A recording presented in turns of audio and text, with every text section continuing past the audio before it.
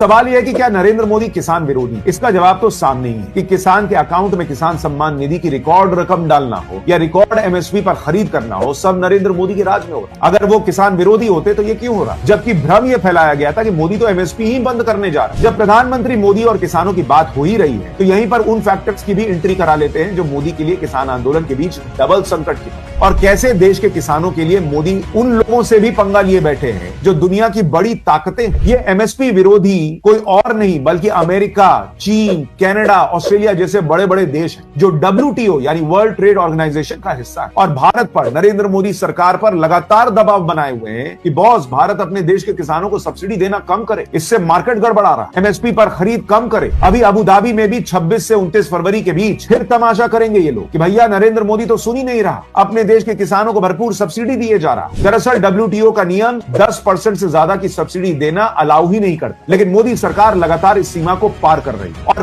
Piece clause का हवाला देकर अपना काम किए जा। अगर आप भारत में ही देखें तो ऐसा नहीं है कि किसानों को उनके हाल पर छोड़ दिया। भारत में किसानों को मिलने वाली सब्सिडी देखिएगा तो 2021 के आंकड़ों के मुताबिक भारत के किसानों को खाद पर 70,000 करोड़ की सब्सिडी मिली, पाम क्रेडिट पर 20,000 करोड़ की सब्सिडी, फसल बीमा 6,500 करोड़ की सब्सिडी और एमएसपी पर सब्सिडी 24,000 करोड़, यानी कुल 1,20,500 करोड़ रुपए की सिर्फ सब्सिडी दी जा रही है किसान। और ये तो केंद्र सरकार की तरफ से। राज्यों